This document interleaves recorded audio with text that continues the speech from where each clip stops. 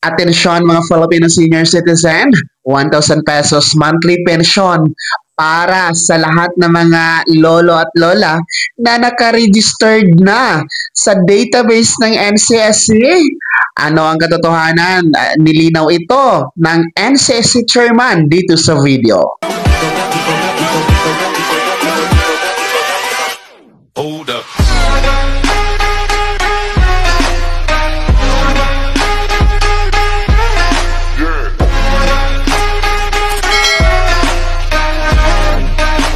Hello mga ka-vlogs, welcome dito sa aking YouTube channel. Magandang araw po sa lahat ng mga manonood. Saan po kayong dako sa mundo? Kumusta mga ka-vlogs? Eto mga senior citizens, 1,000 piso na buwanang pensyon para sa lahat ng mga senior citizen pag matapos ng nakarehistro sa database ng NCSC. Katotohanan ating aalamin mula mismo sa chairman ng NCSC mamaya-maya. Pero bago ang lahat, kung bago ka pa lang dito sa aking YouTube channel o di kaya hindi ka pa nakasubscribe, ay i-click nyo muna ang ating subscribe button na nasa baba. Huwag niyong kalimutan na pindutin ang notification bell. Ilagay niyo po sa all para naman updated ka sa lahat ng mga videos na aking i-upload. So, ito na nga po, no, mga lolo at lola, mga kumakalat ngayon na impormasyon na di umano, kapag kayo ay tapos nang nagrehistro sa database ng NCSC, ay makakatanggap di umano ng 1,000 piso mula sa NCSC. Totoo nga ba ito? Narito po ang ating NCSC Chairman and CEO, Dr. Mergin Loreche, para linawin ang bagay na ito. Abay, ang ating pag-uusapan. May mga kumakalat sa mga social media, yung mga fake news na yun. Naku, na iwasan natin ang fake news. Nakakatanggap daw ng 1,000 pesos. Gaano ba totoo ito? Wow. Ayun, artistahin pala ang chairperson. Magandang umaga po, Madam Chair. Kumusta po kayo riyan sa inyong kinaroonan? Dr. Loreche. Good morning po, Kiko and Precious, no? At maraming salamat na kami ay mabigyan ng panahon upang masagot natin yung mga kumakalat na fake news na yan. An honor for us. Yes. Nako, kumakalat nga yung mga fake news na nga. Kayo nga po ang magpaliwanag. Oh, at totoo ano ba yan? ito?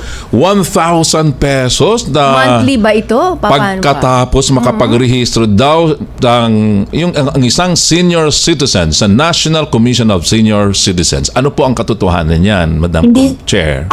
Hindi po totoo yan. Pag kayo ay nagrehistro sa ating online registration sa National Commission of Senior Citizens, ay para lang magkaroon tayo ng tamang datos.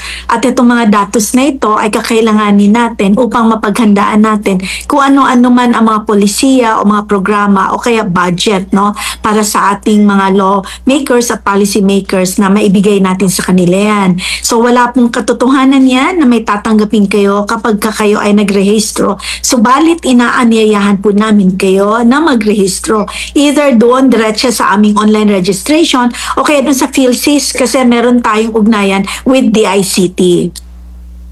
So, ugnayan niya po sa DICT ay maliwanag na doon, maliliwanagan, naidagdag ko na yun, maliwanag upang maliwanagan, Madam Chair. Yes po, maliwanagan tayong lahat na pwede tayong magrehistro sa PhilSys para sa National ID. At kapag ikaw ay senior at nagrehistro kagaya ko, nung nagrehistro ako doon, makikita na lahat ng IDs meron ikaw. At ito ang maganda nito ay it is already accepted all over the country sa lahat ng ating mga transactions. At maganda din ito dahil makikita din natin kung ano-ano ang mga datos lang na kakailanganin natin to identify later on ilan kaya ang 80, ilang kaya ang 85, 90, 95, 100. Mapoproject na rin natin yung budget natin. Pangalawa, malalaman din natin kung ano-ano yung mga kanilang mga profile, no, sa kanilang health nila at ito ay mapaglaanan din ng pondo sa local government units or sa national government in terms of support for their maintenance medications. Yes, Dr. Loreche, yun ho bang ID na ini-issue itong latest version po ba? Meron na hong QR code o wala pa rin po?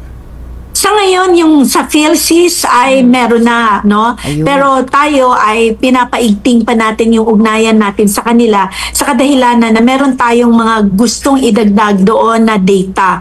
Like for example, kailangan namin ng datos sa blood typing, no? Kasi pag ikaw ay na-aksidente, mahalaga ito na malaman natin kung saan tayo kakaalap ng dugo at kung ano yung kakailanganin mo. Pangalawa, kailangan din nating malaman, no? Isa sa aming dinidevelop ngayon with DICT, inuunahan ko na, no? Na gusto namin na sana ay pwedeng magkaroon ng fingerprint doon o kaya thumb mark o kaya naman signature. Para ito naman ay will already serve as your main ID kapag ka ikaw ay magpa-process ng claims mo for your benefits coming from the national government. Ayan. Ayan po yung napanood si Dr. Loreche ng NCSC kung saan nga po ay mariing pinabulaanan itong kumakalat na impormasyon na di umano merong 1,000 piso na ipamimigay sa lahat ng mga lolo at lola na tapos nang nakarehistro dito sa database ng NCSC. Yan po ay hindi totoo, yan po ay fake news. Wala pong binibigay ng 1,000 piso ang NCSC sa lahat ng mga tapos nang nakarehistro dyan sa database. Bagamat, patuloy pa rin po ang paanyaya ng NCSC na kayo ay dapat magrehistro sa database. No? Ang website po ang www.ncsc.gov.ph, no? Para kayo ay mapasama dyan. Nang sa ganon, marami po or lahat kayo ay ma-identify ano yung mga pangangailangan. Ma-identify na din po ng NCSC kung ilan ba ang umabot sa edad na 80, 85, 90 at 95 nang sa ganun ay alam nila ang ilalaan na pondo para po sa Expanded Centenarian Act cash benefit na 10,000 piso. So, iba pang mga benepisyo na nakalaan para sa inyo, mga nakakatanda sa ilalim ng NCSC. So, yun lang po ang purpose, no, para malaman po ng ating national government, particular the NCSC, kung ilan na ba ang senior citizen ngayon na nasa bansa at nasa kanilang database nang sa ganon ay matugunan po ang inyong mga pangangailangan. So sa mga gusto magparehistro, ulitin ko ang website, ang www.ncsc.gov.ph. Mag-register na po para mapasama na sa database ng NCSC. Kaya naman mga senior citizen, ano po yung comment at reaction sa balitang ito ay bahagi niyo po sa comment section na nasa baba. Pakilakip ng buong pangalan at kung taga saan kayo. Bago pa magtapos sa video na to, kung gusto niyo po sumuporta sa aking YouTube channel, maaari niyo pong i-click ang ating super thanks button na nasa baba. Sa mga gusto maging miyembro, pwede po i-click niyo lamang ating join button. Maraming perks dyan mga ka-vlogs. Be my member now. Sana naging gabay ang video na to kahit paano pag-uusapan natin ang mga mahalagang bagay-bagay na may kinalaman sa ayuda, programa at benepisyo ng mga senior citizen. Kung hindi ka pa nakasubscribe dito sa aking YouTube channel, maaari nyo na i-click ang ating subscribe button na nasa baba. Huwag nyo kalimutan na pindutin ang notification bell. Ilagay nyo po sa all para naman updated ka sa lahat ng mga videos na aking i-upload. Maaari nyo din i-like ang video na to. Kung meron ka pa mga katanungan, maaari nyo i-comment sa comment section na nasa baba. Paki-follow na din po ang aking official Facebook page na nasa screen nyo. Muli po ako si Daniel Timpao na nagsasabing dito sa aking YouTube channel, pawang katotohanan at lahat totoo lamang.